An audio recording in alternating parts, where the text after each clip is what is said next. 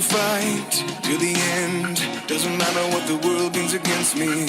I will fight to the end. Doesn't matter what people Right. say. Good afternoon and welcome to Cut to the Chase with Senator Chase. This is our weekly call-in town hall and radio show. And I welcome your calls today. It's 804-454-1366, 804-454-1366. I'm State Senator Amanda Chase. I'm your weekly radio show host. This is not my profession. This is a town hall that I do, and y'all have to tolerate that I am not a professional at this. But I'm trying to make myself available to anyone that would call in and have a question about their state government.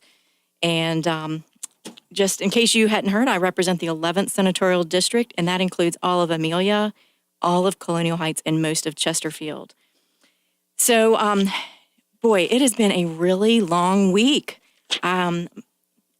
Starting off in the morning at like 7 a.m. for my first meeting or event and getting home at 9 or 10 o'clock every night. I'm a little bit tired, so I hope I don't fall asleep on the show today. But anyway, I'm going to go ahead and start with Mike from Chester. We had, speaking of Mike from Chester, that reminds me of the Megasite.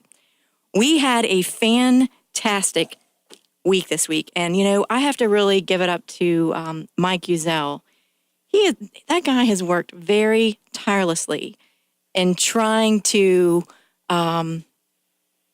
just organize and raise awareness as a citizen about the issue. Because I think, a lot of people didn't know that there was a megasite that was going to be built in their backyard. 40,000 homes. That's a lot of homes, a lot of people and families to be affected by this. And, Mike just discovered this. Mike, are you there? Yes, I am. Yes.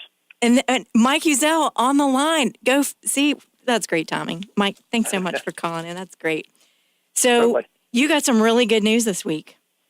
The EDA pulled their plan to create the manufacturing megasite. Tell me how you feel about that. Well, obviously, after 8 months of opposition, it's really gratifying to get the news yesterday morning that they basically pulled the plug on the project. So what did you do to celebrate? Did y'all go out and celebrate? Well, our regularly scheduled meeting of our board was last night, so we didn't discuss a whole lot about the future last night. We just had some brownies that one of the members made and a couple of bottles of champagne. Wow, that is amazing. That is just wonderful. It's so nice. You hear so many stories where things go wrong and they end up with a bad ending, not a happy ending, and this one did. And I just think it's great. You guys might actually get your life back, right? Y'all don't realize how much time you've spent doing all this research and studying and organizing, and now what are you going to do? Well, there's certainly been a lot of dedicated people working on this. I've really been blessed to have such a group pulled together. But to answer your question about what we're going to do now, there's still very much to do, both about the future of that property, the planned roads that they say they still are going to pursue to that property or beyond, and the investigation of the EDA of Chesterfield. We're real concerned about how that's operated, and I know you are concerned statewide, which we'd certainly like to be involved in that also. Absolutely, and in fact, we're going to be talking about that in a little bit. That's one of the main things I wanted to talk about today was about economic development authorities, and there are these shadow governments in Virginia that I didn't even know existed. And a lot of people I don't think existed. Did you know they existed before you did all? We did not. Till you ran into the situation? I had no idea what an EDA was until the governor came down and announced this project and said that the EDA was the applicant. Now let me tell our listeners a little bit about the powers according to the law. And if you want to go, in your spare time go check out the law. It's in the Code of Virginia under 15-2-49059. I know y'all are running to the internet to look this up, but I'm just going to briefly tell you. So their powers include this. There's 6 basic things that they can do. Now remember, this is your government. Okay? This is not your board of supervisors. These are volunteers who are appointed by the board of supervisors, not you. They're not elected by you. They are appointed by the board of supervisors. And they are volunteers, and I know several of them. They're very good people. They're very good people, and I'm not questioning their character because they are good people. But I'm questioning is the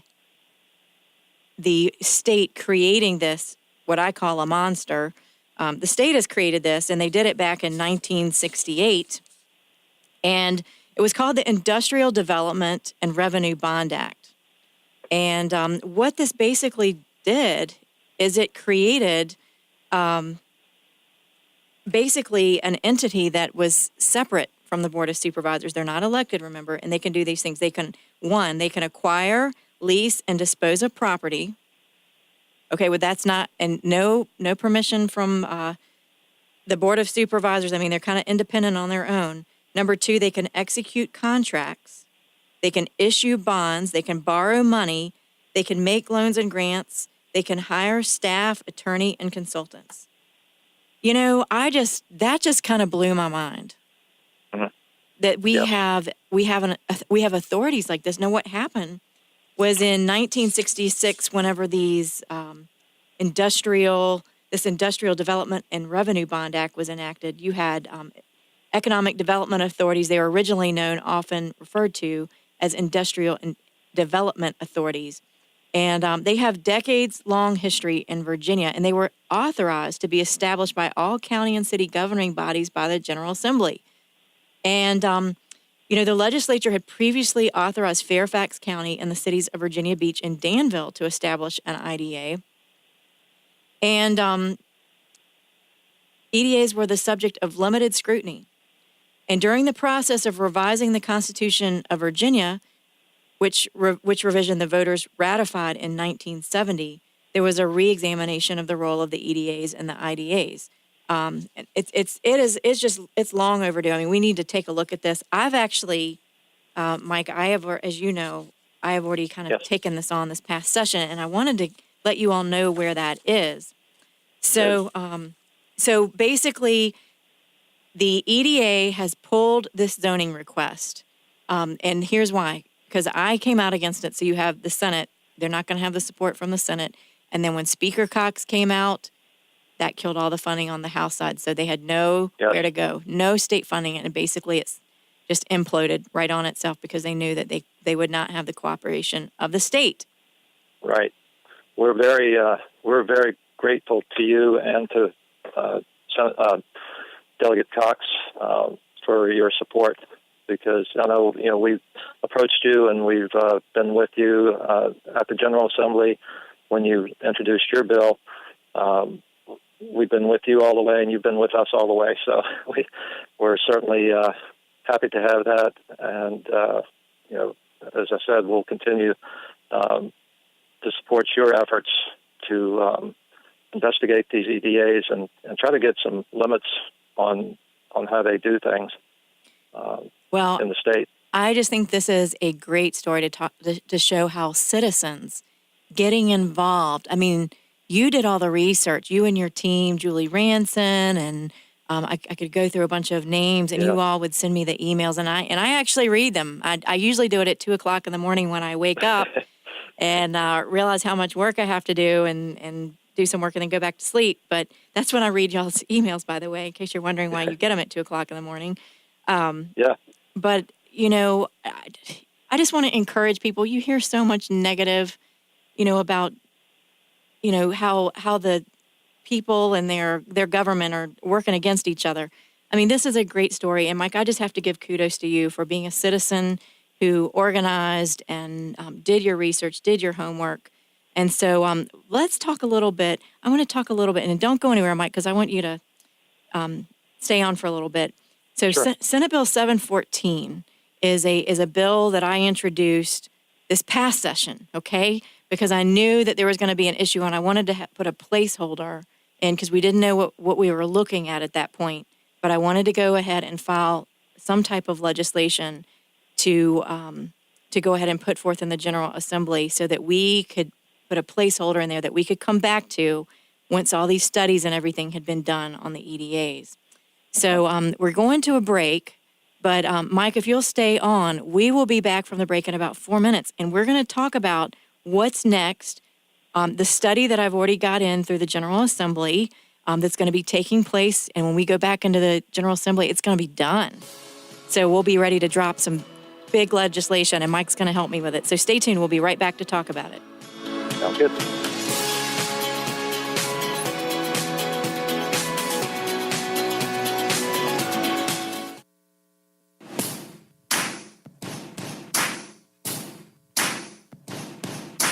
I can't lean on earthly things, 'cause broken it's gonna fade. Welcome back to Cut to the Chase with Senator Chase.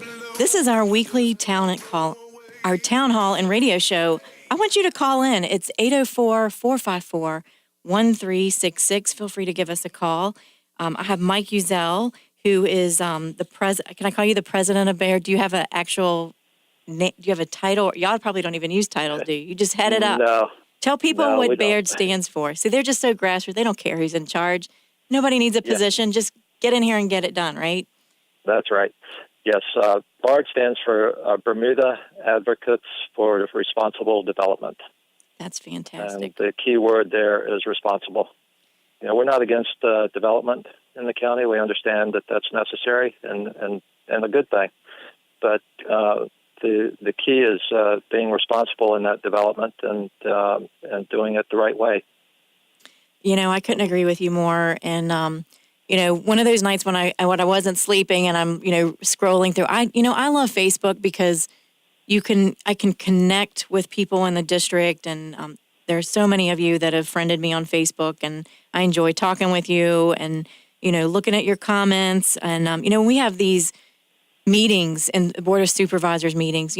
Usually only a handful of people show up because people are just busy. And I think it's so important that as times change, that we use the technology to connect with our constituents. And so I say that to say, I am on Facebook, and, I read, Mike, one of your comments, and, just about what y'all are dealing with and everything. And just something rose up in me that day. I think it was Thursday of last week. And I'm like, I've just had enough of this. I just, the whole crux of this thing, how I feel about transparency, to have, and I don't think anybody meant anything ill will about this, but it just happened. And, I was talking to the chairman of the Board of Supervisors, Dorothy Jekyll, and I was asking questions about this. I said, help me understand why we would name the Megasite when it's in the Bermuda District. And she explained that to me, and it made sense. I mean, about, if you do a Google search for Bermuda, it's going to pop up the island. And, Right. You want to be the highest hit. So, I mean, I understand that. But to call it the Megasite when it's not even the Megasite, that just, ugh. Well, that was one of the first call-outs we made on the whole thing. Yeah. At least pick a word that people can spell when they're typing it into Google or whatever. Oh, that's true. That's right. If you're not from here, you're like, Matoka, is that with a K? Yeah, I mean, the Matoka district is adjacent to the Bermuda district. It's much more residential district than Bermuda. And it just seemed to us, and maybe just purely perception, but it just seemed to be an immediate mislead that they were calling it that. And when you are trying to build that trust with the people, because most citizens don't trust politicians because they've been betrayed so many times. And so people are just fed up with politicians. And so you really, we as servants of the people, we need to do our best to start off put our best foot forward. And so whenever we start this project off and we're already getting off to a bad start, with the appearance of not being transparent, I think things just, as you said, started to go down here from there because you don't have the trust of the people now. Now they're going to question everything that you do. Right. Because on step one, you got it wrong. So what's to say of step 2, 3, and 4? What it makes you question, what are you hiding? I mean, what's going on here? So, well, Mike, I'm very happy for you, and all the folks of the Bermuda District and the 40,000 residents that are in that area, the Stony Glen area. And kudos for you for your hard work. And every time I turn on the TV, I look over and see you on the TV. I know you probably have all the major networks now in your front yard waiting for an interview, so we don't want to hold you up. But no, that's not quite the case. but, I am getting a lot of comments on Facebook, though, like you said. It's just great. So let's go back to the 2018 session, and I just want to let people know, because everybody's asking, okay, so what next? What's going to happen next? One thing that the Economic Development, or CETA is what it's called in Chesterfield. It's Chesterfield Economic Development Authority. They issued a statement, and basically that statement said that they're going to withdraw, the EDA is going to withdraw the proposal, but the one thing they said in there is that they recommended that the county purchase that property. And I'm just going to tell you my gut feeling, and I have to call in a question and say, why is it that the county is buying the land unless we're going to use it for a park? Okay, that's another story. But if the county is buying this, I want to know what they're going to do with it. We got to go back to the core function. We got to go to the core functions of government. What is the role of government? Do you want the governor buying land and developing land and doing all these things we were talking about earlier and acting as a public developer and competing with the private sector? That's one of my biggest concerns. We have so many private developers out there that, they're not being given money by the state. And this public economic development authority is, in my opinion, competing with private sector jobs. Well, if you read the next to last sentence in their release yesterday, it says, gaining control of the site will allow time to engage members of the community to discuss potential uses for the property. Mm-hmm. Now, like you said, is it the role of our local government to gain control of a property so that what happened to the private sector coming in and buying it? Exactly. Yeah. Let's stick to the basic core functions of government, because you know what happens? If we stick to the core functions of government, your taxes go down. They should. They should go down because you don't have all this bureaucracy you're trying to support. Mm-hmm. Okay, so let's real quickly. Let's you and I and Baird were there. We had a room of probably 30, 40 people in that local government's committee. And I'm just going to give a synopsis. So I introduced Senate Bill 714, and it was to address the economic development. I wasn't sure exactly what direction we were going, so I just simply said that all their expenditures shall be first approved by the local governing body. Now, why did I say that? Because the local governing body is elected by the people. And in my opinion, according to the Constitution of Virginia, it should be these local elected officials that are doling out the taxpayer money, because they are the ones accountable to the people. Economic development authorities are not accountable directly to the people. They're appointed, okay? And I found out they're volunteers. So, like I said, I'm sure they're great people. I know 2 of them, and they are great people. But it just, that framework lends itself, if you didn't have really great people in those positions, it could lend itself to some serious fraud. And we've seen that across the state, and we're going to talk about that later. So this summary of this bill is this. It addressed the local economic development expenditures and provided that any local economic development expenditure shall first be approved by the local governing body. And so I presented that bill on January the 30th, and we were there, 45 minutes, and the bill fell to report, and it was on a 6-7 vote.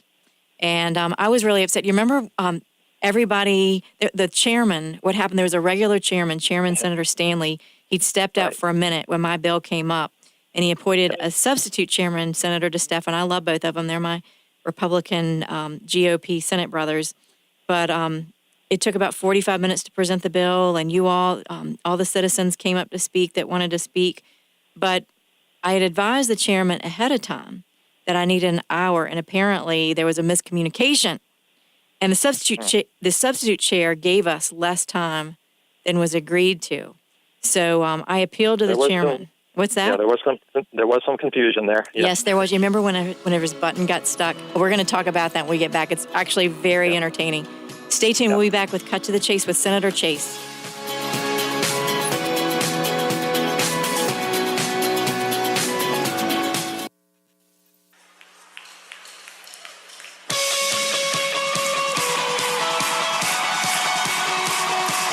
Welcome back to Cut to the Chase with Senator Chase, our weekly call-in town hall and radio show. I'm State Senator Amanda Chase, your weekly host, and I have Mike Uzel, who's the head of Baird, which is a citizen organization that has helped stop this Megasite here in Chesterfield County, and we have him on the phone today. And what we're doing is we are just kind of reminiscing here about Senate Bill 714 that we decided to put in.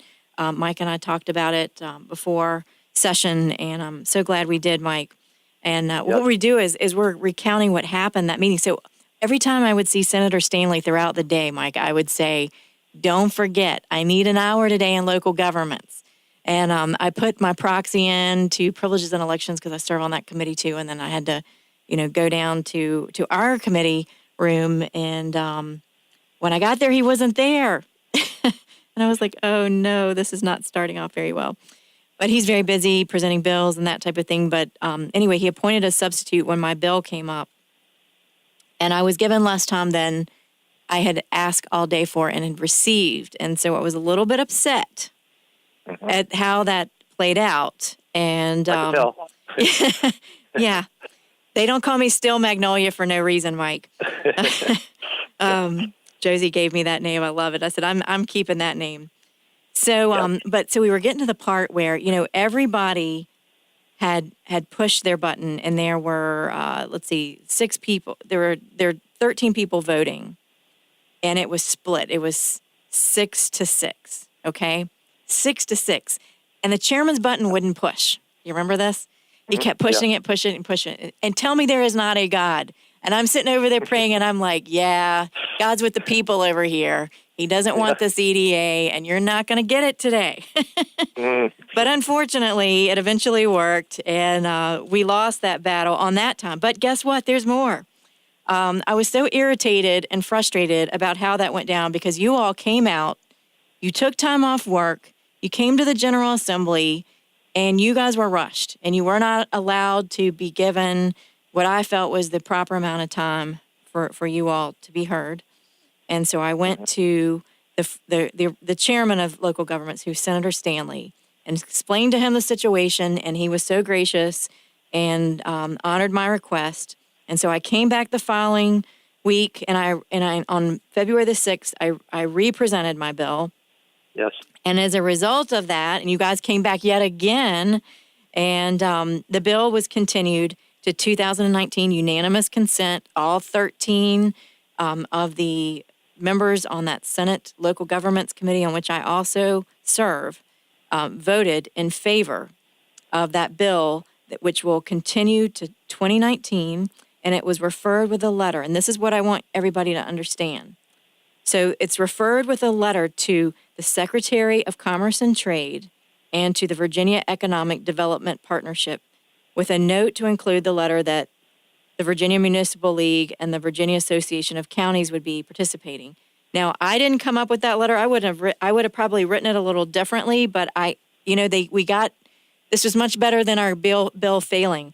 Senator Favola, a Democrat from Northern Virginia, included that we needed to include VML and VACO, that's short for Virginia Municipal League, Virginia Association of Counties, which is, that's our local board and everything. I would have included them as a stakeholder anyway, but it's going to be in the letter. I'm not so sure I wanted the Virginia Economic Development Partnership, because they've had so many issues. I am happy, though, that it went to the Secretary of Commerce and Trade.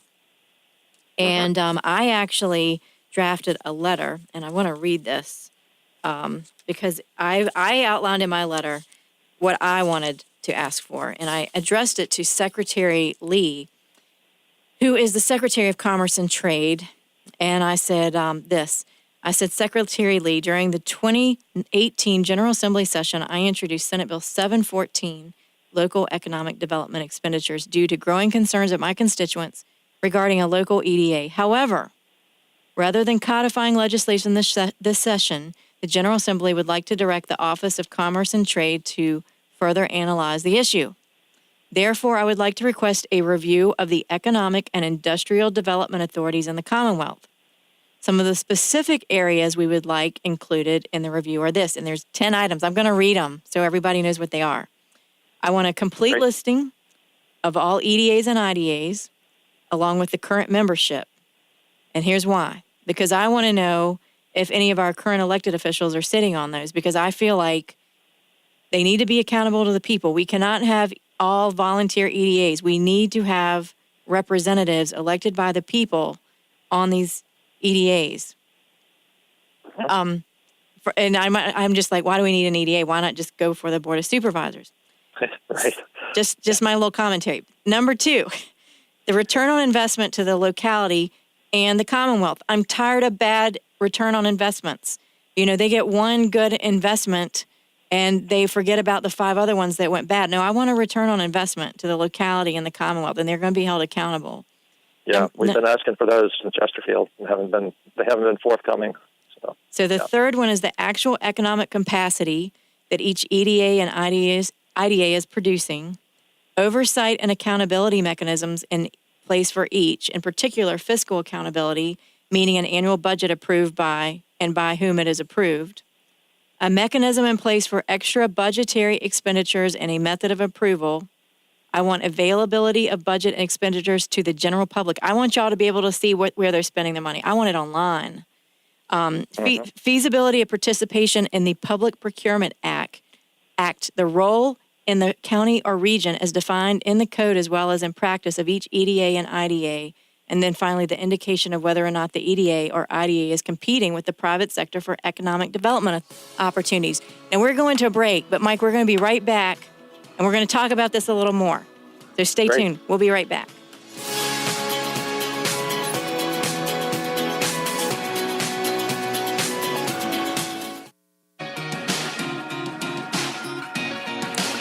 All right, welcome back to Cut to the Chase with Senator Chase. This is our weekly call-in town hall. And the number here is 804-454-1366. And Mike Uzel is so excited that he's going to have his life back now that he doesn't have to stay on top of all this EDA stuff, although I would recommend that you still kind of do it a little bit. We certainly will. You can we're never not stopping. That's right. You can never completely take your off, but you can at least, go out to dinner now, right? Instead of, We're taking a week off. Good for you. So I wanted to let you know, I called Chairman Stanley's office today to find out where the letter is and check with our local government staff to see where that letter is. And so they're going to let me know on Monday, Mike, so I want to let you know that. We're going to make sure that letter gets done, that study gets done, so that when we get back in the General Assembly, that we will have a knockout bill that will be able to address the concerns of the citizen, and we will have all of our homework and do just like we did with coal ash and get things taken up for the people of Chesterfield. Mike, thank you so much for your work and your efforts. And thank you. Look forward for to everything. Thank you for your persistence too. We saw you in action at the General Assembly, and we know you're continuing on this, and we really appreciate it. Well, thank you, and it's an honor to serve, and I want to be known as the people's senator, and I work for you guys, and I haven't forgotten that since I've been in office, and I report to you guys, and whenever you come to me and you say, this is not what 40,000 people in my area want, we don't feel like there's true transparency here, I'm going to be an advocate for the people. So yes. Very good, Mike. Well, thanks for coming on the show today. I'm going to go to the budget. Okay. So, All right. Thank you very much. You're welcome. So, we're going to talk about VEDP a little bit. The state has an organization that's called VEDP. It stands for Virginia Economic Development Partnership. And they offer business incentives, and they have all different types. They have Virginia, and in fact, I was going to tell you, if you go to yesvirginia.org, you can find all this information. And it's what the state uses to bring businesses here. And listen, I'm all for economic development as long as it's transparent, as long as the taxpayers' money is being accounted for, but not just given to, volunteers to and given carte blanche authority to do whatever they want. So I'm going to be looking at. I pulled a bunch of research today on the Commonwealth's Opportunity Fund, the Virginia Investment Partnership Grant, Virginia Incentive Money. I've always said that I don't think the government should be in the role of picking winners and losers. There are many people out there that are listening who are small business owners like we are. We didn't get money from the government to start our businesses. And, I think everybody should have to put in sweat equity. And what happens a lot of times when people get these incentive monies is whenever the incentive money drives up, then they leave. And so I just want to make sure that we're very careful that we do this in a smart way that does not lend itself to corruption. Because as we know, if something will go wrong, there's a good chance it could, and that it will. So next week, I'm going to be talking about the JLARC, if I can get this out, JLARC report on VDEP. And it's basically a neutral state agency. Whenever the legislature asked them to do a study, we can get independent studies done. And they did one on Virginia Economic Development Partners, and they found a whole bunch of issues. And it was a critical report that was issued back in November of 2016 called the, where is it here? Looking for the year, but there were a bunch of recommendations, but I thought it was interesting, some of the comments that were made, and I'm going to find those here because they're very jaw-dropping. Let's see if I can find them here. Here's what it said. It said there was this is, and you can actually go to Virginia Business. It's on November 13th of 2016. It's by Paula Squires. And it says, JLARC issues a scathing report on economic development agencies. And Hal Greer, who is the director of Virginia's Joint Legislative Audit and Review Commission, it's called JLARC for short. They're kind of a neutral, if you will, bureaucracy, but they do good work in investigating different things because, as we're citizen legislators, we can't do all this. And he says, in my 22 years, I've never seen any agency with this level of dysfunction. Now, when the government is telling you that you are dysfunctional, you are completely dysfunctional, okay? That's saying something. And that was said in a scathing report on Virginia's primary economic development agency. The 132-page report on the Virginia Economic Development Partnership detailed an agency that was hobbled by a lack of vision or even a clear marketing plan. It cited unclear performance measures and questionable job data that was often repeated by former Governor Terry McAuliffe in public statements about business growth in Virginia. And in fact, JLARC warned that VEDP's unstructured and inconsistent approach to state incentive grants left the state vulnerable to fraud. And guess what happened? That's right. We ended up with fraud. And in fact, there was a quote in this article from now Speaker Kirk Cox, who is a longtime JLARC member, and he said he was very disturbed by the culture at the agency revealed in remarks from VEDP staff, which came from interviews by JLARC. And here were some of the comments of the people there at VDEP. It says, our manager does not know how we spend our time. Our marketing efforts are horrible. A number of the staff show up late. To me, it's the biggest failure of an agency I've ever seen. And that was Speaker Cox now, then Delegate Kirk Cox. So what happened? Well, they had to clean up their act. They that's just awful. So they had to clean up their act, and they're in the process of doing that. But, I really don't want my letter going to this organization, and not real happy about that. But anyway, we're going to talk about that more next week. I'm on top of it. And as I do my research on this, on VDEP, which is going to be the state organization, we've got, it's so confusing sometimes. There's the Chesterfield Economic Development Authority, and then you've got these state EDAs. It's kind of the same thing. So anyway, we're going to hold them accountable. I'm going to do some digging around on that. I want to go to the state budget because that's going to come up in a week. And there was a recent press release that just came out today from the Senate of Virginia. Our Senate Majority Leader put it out today and announced again that we're going to have a special session to reconvene on Monday, May the 14th at noon. And the proposed schedule is going to be for the consideration of House Bill 5001 and 5002. And these are the House bills. Remember, the governor sent the bill to the House.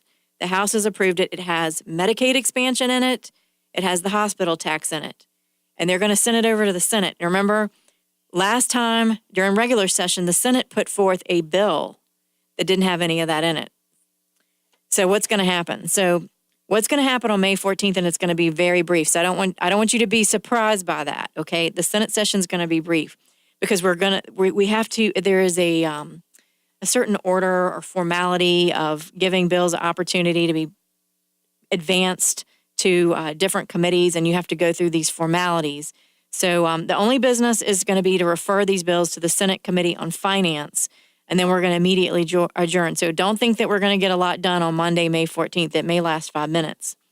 So the Senate Finance Committee then will get an update on the revenues from Secretary of Finance Aubrey Lane. Then they will also receive an overview of the House action on the House bills by Senate Finance staff. So that has to happen. Then the Senate Finance Committee is going to receive any amendments to the budget, which are filed by senators and these were bills. They have to be amendments that were not considered during the regular session. So if it was an amendment that you were looking out for during regular session, it's not going to come up. It would have to be completely new. So the Finance Committee is going to meet again 9:30 a.m. on Tuesday, May the 14th, and they're going to begin constructing its version of the 2018-2020 biennial budget. The hope is that the Finance Committee's work on the budget by Tuesday, May 15th, will be finished, and then the entire Senate will have to convene to consider the committee's amendment. So to cut to the chase, we have to have finished our budget. We would have had to have finished our budget by March the 10th. We would have done that had the governor and the House not based their budget proposals on federal revenues. The General Assembly has yet to accept a new tax on hospitals. It is yet to enact. So what they're saying here is, the Senate did the right thing. We have a skinny budget that basically takes into account state revenues. Not so with the governor and the House budget. They're taking into account federal dollars, which is not in our budget. Okay, we're going to go to a break. We'll be right back. It's almost time for the final segment of Cut to the Chase with Senator Chase. Stay tuned. We'll be right back.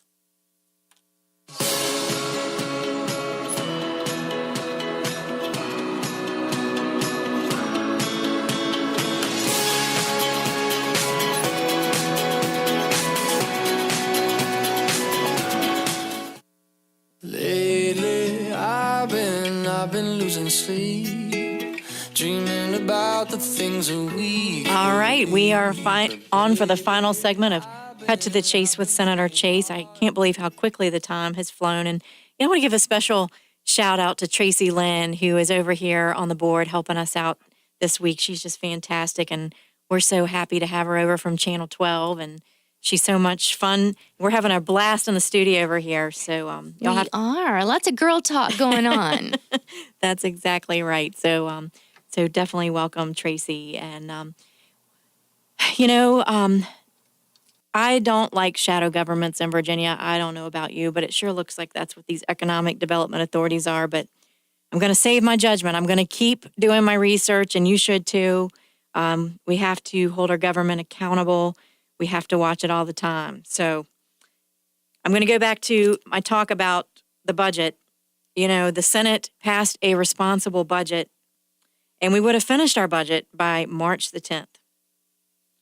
Had the governor and the House not based their budget proposals again on those federal revenues. Why would you do that? Why would you base your budget on federal revenues that we don't even know we're going to get? That is not, in my opinion, responsible. And in fact, federal revenues the General Assembly has yet to even accept. We don't even have it. Do you know what a disaster this could end up being financially for the state of Virginia? We haven't even accepted that. And what about the new tax on the hospitals? That's yet to even be enacted. I'm having a really hard time with this. Maybe a legislator will call in and explain this. Let me know what you're thinking here. But the House and the governor are basically imposing a tax without legislation and signing on to a program that current federal administration has targeted for elimination. We should be constructing a budget that is based on our existing revenue streams. It just makes sense. Isn't that what we do in our households, right? You take a look at how much money you have coming in, you create a budget based on that. There are many jobs that I could do that I probably make a lot more money than what I'm doing right now, but I don't include that money in my budget because I haven't secured it yet, right? It just doesn't make any sense to me. So we're going to keep talking to you about that. I did want to mention that Board of Supervisors Chris Winslow has put out a note that he is going to, a press release that he is going to investigate. And I've actually called and reached out to Chris. And in fact, I've invited any of the Board of Supervisors that would like to come on Cut to the Chase. They've been invited. I know Friday's a tough time, but we welcome them to come on and let us know what they're thinking. But I do appreciate Chris for having the courage to step up and say that there needs to be some type of investigation. Listen, thank you for joining us today on Cut to the Chase with Senator Chase on WNTW The Answer. I hope you're going to join us again next Friday for our weekly town hall from 6 to 7 p.m. as I answer your questions, get your input, and address issues that are important to you. And if you would like notices of upcoming events, today we had a really good time down at the Marriott, the Richmond Marriott. We had a big event for Congressman Dave Bratt and Congressman Steve Scalise, who has recovered since being shot by an animal. And so glad that he's recovered. Got to talk to him a little bit today, and he's a walking miracle. He told us today that when they reached him on the ball field, his blood pressure was 0. So he is really a walking miracle. Wow. I hope you all went to National Day of Prayer, and if you did not, put it on your calendar for next year.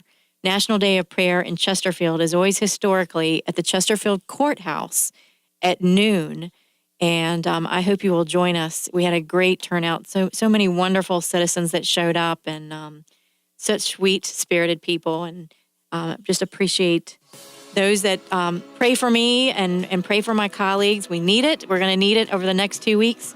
God bless, and we'll see you next Friday. Stay tuned.